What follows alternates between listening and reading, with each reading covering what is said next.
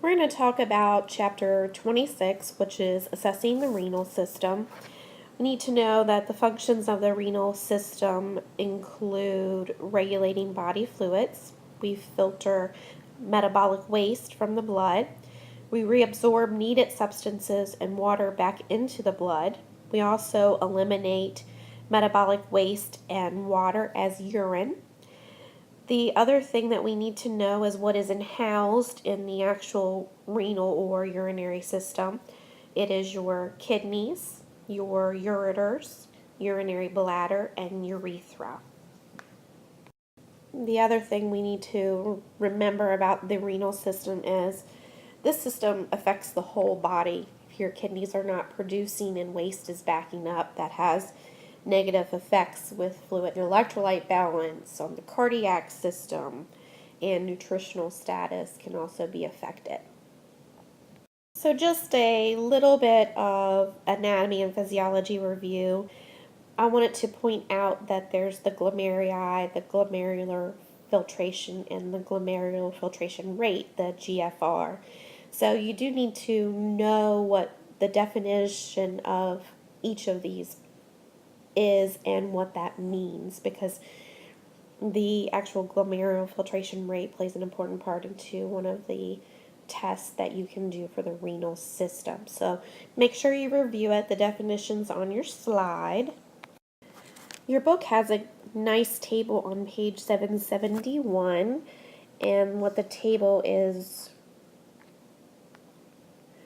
doing is breaking down the urinalysis. The urinalysis is an important test when you're testing or thinking about the renal system, because we're looking at color, appearance, odor, but we're also looking at the pH balance of urine and specific gravity, which is important when we're talking about dehydration versus maybe renal disease or a potassium deficiency.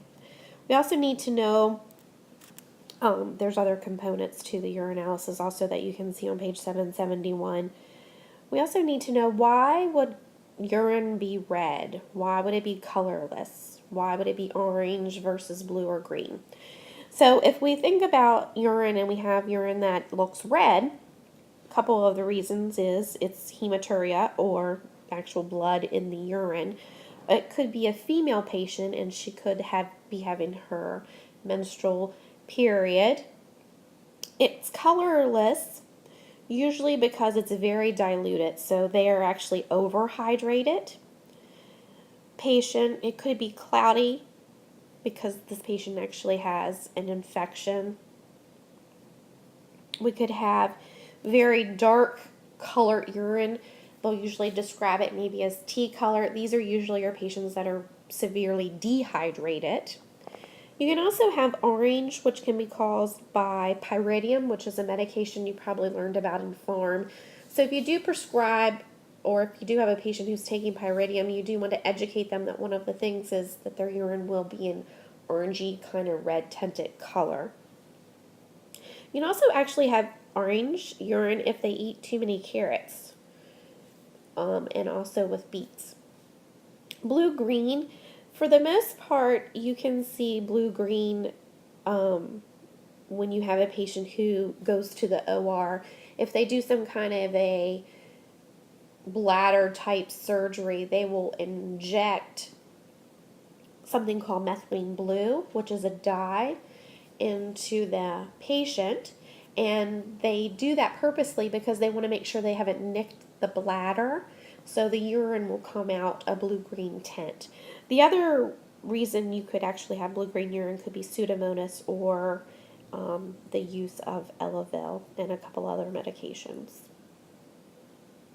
You can actually also have urine that looks really dark brown or black, which is caused by usually a Lysol poisoning or usually some type of a bilirubin issue going on.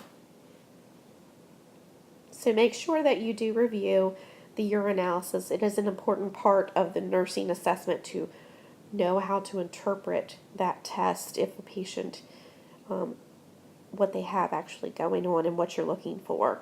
Remember, we're always looking at ketones when we're thinking of diabetes. So just a few things before we start to just kind of go over the genetic considerations. And the genetic considerations are on page 773. One of the things that your book talks about is in a healthy adult, the bladder actually holds about 300 to 500 milliliters of urine before you have that internal type pressure where you need to empty your bladder.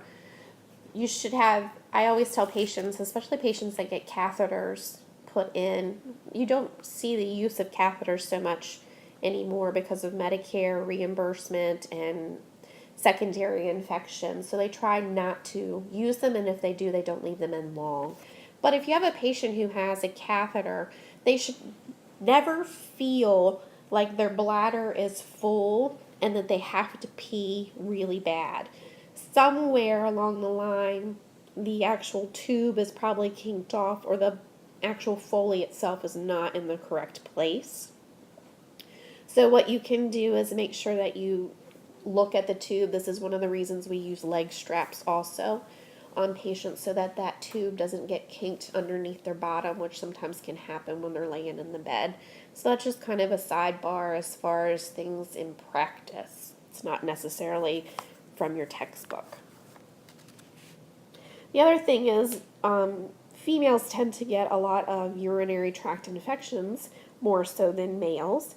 You have to think about the size of the urethra in a female is only about 1.5 inches, where in a male the urethra is about 8 inches. So because of that shorter urethra, there's more incidence of UTIs and urinary infections. So when we talk about some of the genetic considerations, you can see in your little text box, it talks about polycystic kidney disease. This is a picture of a child with polycystic kidney disease, and this is really a severe case of polycystic kidney disease. The other thing is what happens is you end up with a large cyst in one or both kidneys and a gradual loss of kidney tissue, so they end up in acute or chronic renal failure. The other thing your text box talks about is renal failure, which is genetic consideration because it's associated with diabetes, or can be associated with diabetes, and bladder cancer. So we're going to start to just kind of go through some of the diagnostic tests when we're discussing the renal system itself. One of the important blood tests that is drawn in association with thinking about kidneys is the BUN, or blood urea nitrogen. We're looking at the actual urea in the blood. Usually you will have increased levels, could be because of dehydration, diarrhea, vomiting. We want to assess hydration status. There's no specific nursing intervention that has to be done prior to this test because it is a blood draw. Remember, we're going by your ATI need to know lab values, not the textbook values. Creatinine is the other lab value that is drawn, and they pretty much go hand in hand. We're looking to try to diagnose kidney disease when we're talking about the creatinine. The BUN could be elevated, and we're just thinking hydration, but when you have a combination of a elevated creatinine and elevated BUN, then we're thinking kidney disease. So do remember that the actual values are a little different than your ATI values are different than your textbook values. So make sure that you know the ATI values from the need to know list. Then you have something called a creatinine clearance. This is where they're actually doing a 24-hour urine test, and we're trying to identify renal dysfunction and what is actually going on over a longer period of time than just that quick assessment. Some of the things that you need to know as far as the nurse is you always need to assess. There's always different medications that can sway the test. You can also have creatinine levels that are elevated in patients who maybe have hypertension or hypothyroidism. You always want the patient to void first. You discard the first void, and then you start the count from then. So This is true on any kind of a 12-hour or a 24-hour urine specimen. The patient needs to void, that void is discarded, and then the count is started. Usually what you do is you have to get a specific type of jug. Sometimes it may require additives into it to keep the urine in the way that they actually process it. That information would come from lab. That's typically where the jug would come from. Usually marking the door that it starts at noon today until noon tomorrow. And then make sure that you instruct the patient that they need to let you know when they void it so that that void could be put into the jug. If for some reason the patient starts at noon and around 5 o'clock they forgot and flushed a urine sample, then you have to start over because it's based on the time frame and the amount of urine that is voided is how they're actually determining that number. But also you may have to keep it on ice or in the refrigerator. Sometimes patients go home and they have to collect these urine samples, so you might just need to tell them to keep it in the fridge, but away from food.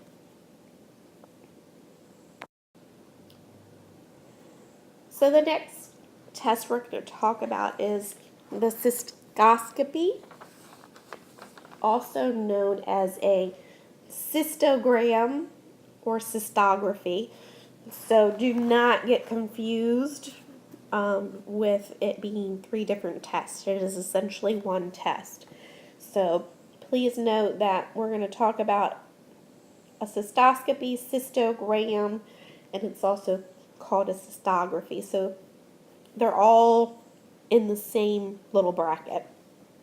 What we're doing with this test is you can have direct visualization of the bladder, the urethra. We're using a little scope where they're in there with the little fiber optic type scope. And they can actually remove small kidney stones if need be. They can also take a tissue biopsy. They can also try to determine why someone is having hematuria or UTI. They can also insert a little stent. Remember when we talked about cardiac, we talked about patients getting a stent placed into the valve to open the valve up. Well, in this case, if we have a patient who has kidney stones, they may be very little, but a kidney stone is very jagged and rough. And if it gets lodged into the bladder or the urethra, it causes a lot of pain and discomfort. So they'll place a stent inside the actual, maybe the urethra, to open it up a little wider to help those stones pass through a little smoother.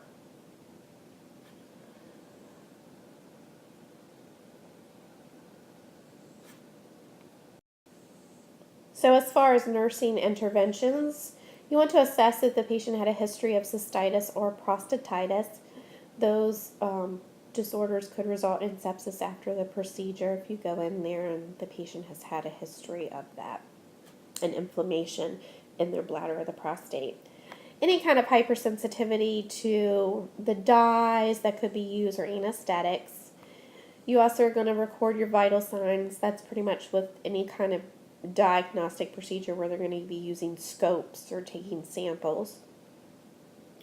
The other thing is you can apply heat to the lower abdomen or assist with a sitz bath if ordered to relieve pain and muscle spasms. The sitz bath is something they usually use a lot on postpartum. It's essentially just a little round donut kind of a tub, and you fill it up with warm water and you can set in it, and it just kind of helps relieve for moms on mother baby if they've had tears or lacerations. But this will just kind of help with lower back kind of pain too, just that heat.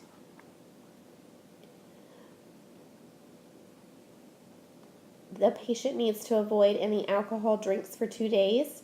They need to increase their fluid intake, and they may have a slight burning sensation with voiding, and this may last 1 or 2 days after the procedure, and that's normal, and they need to know that.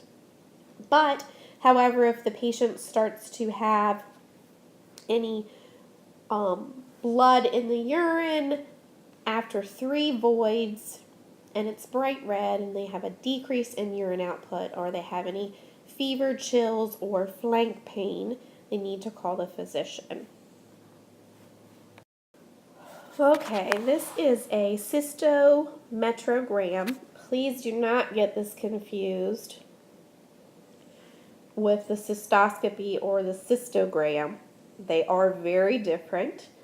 This particular test is evaluating the bladder capacity and the neuromuscular functions of the bladder and urethral pressures.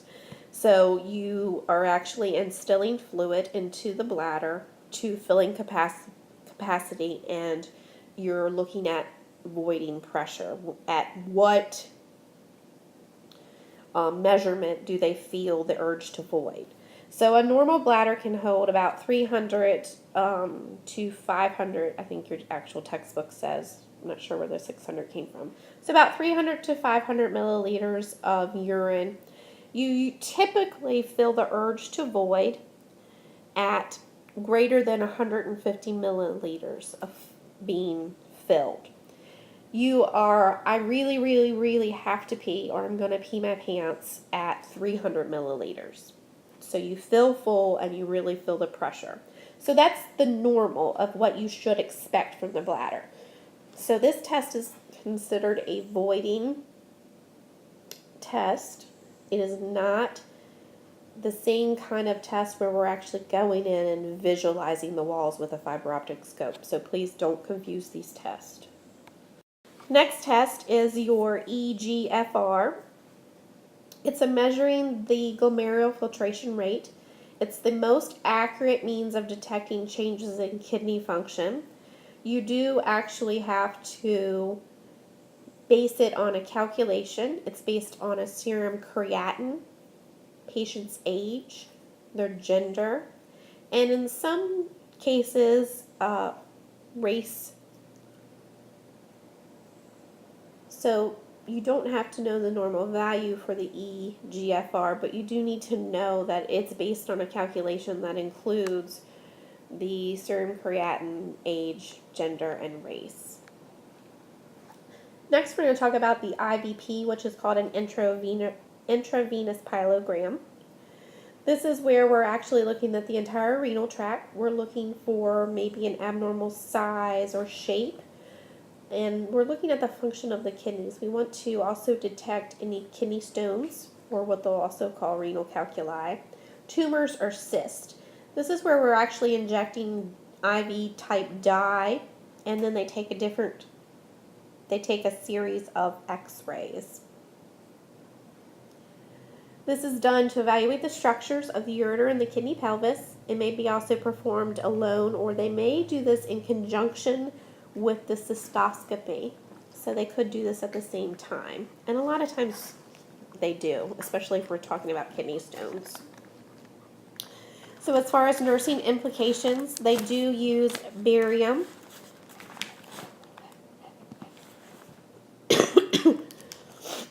Oh, I'm sorry.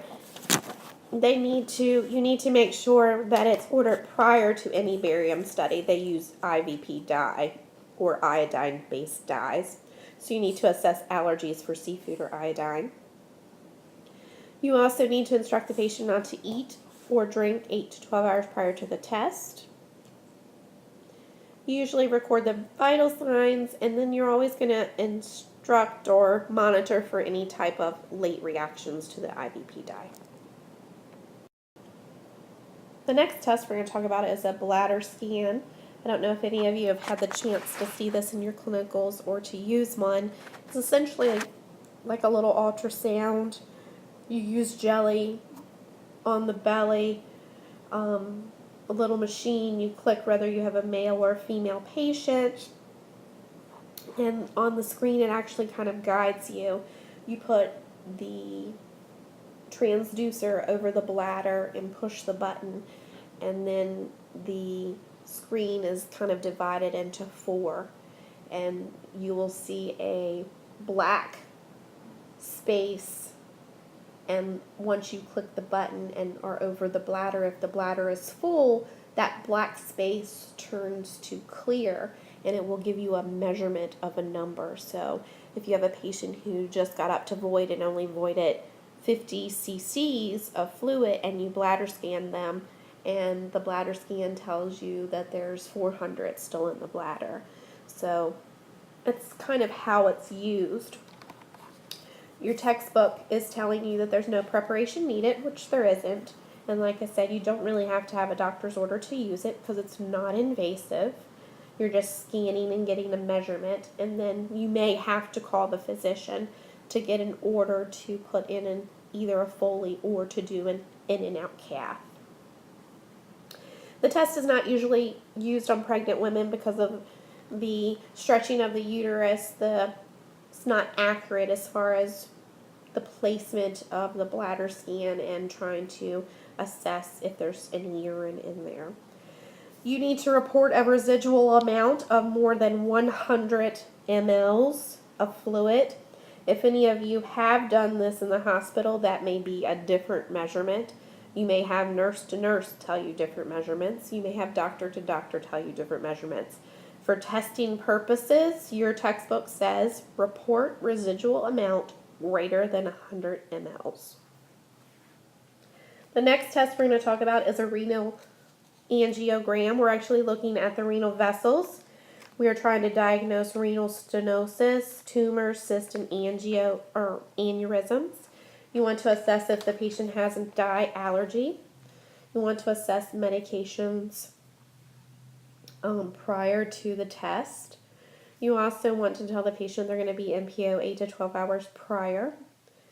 This patient may have to take a laxative or an enema to make sure everything is cleaned out. The other thing you need to do is after the test, you need to monitor for bleeding. This patient usually has restricted activity for a day. And they're going, with the renal angiogram, it's very similar to a cardiac cath. So they're going into the groin or the femoral artery. So it's almost the same kind of concept. You want to monitor peripheral pulses and urine output.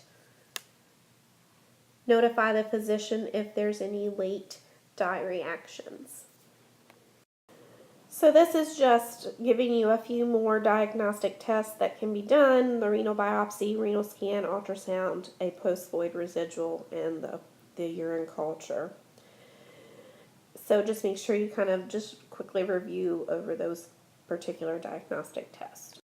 Now we're going to talk about the health history interview. It's the box that's on page 778. You always want to look over the age-related changes, which is on page 779. Now, as far as the renal system goes, there is really not a lot of hands-on assessment that you can do for the renal system. It's more diagnostic test that is going to help identify kidney disease or any type of issues. A lot of it is education and knowing about the test, knowing how to collect a urine sample, knowing how to interpret the urinalysis readout. So when we start on page 779, you are not going to be palpating the kidneys. If you have a patient with kidneys, they're very vascular, and if you go in and you do deep palpation, you could cause some damage. We're not really going to get too in-depth or hung up on the percussion of the kidneys, so you don't have to pay too much attention to that part. Just know that when you're looking at skin, we're talking about all over someone's skin. Skin color and mucous membranes and turgor can tell us a lot, because now we're talking about the kidneys, that if we're talking about dehydration, they have poor turgor.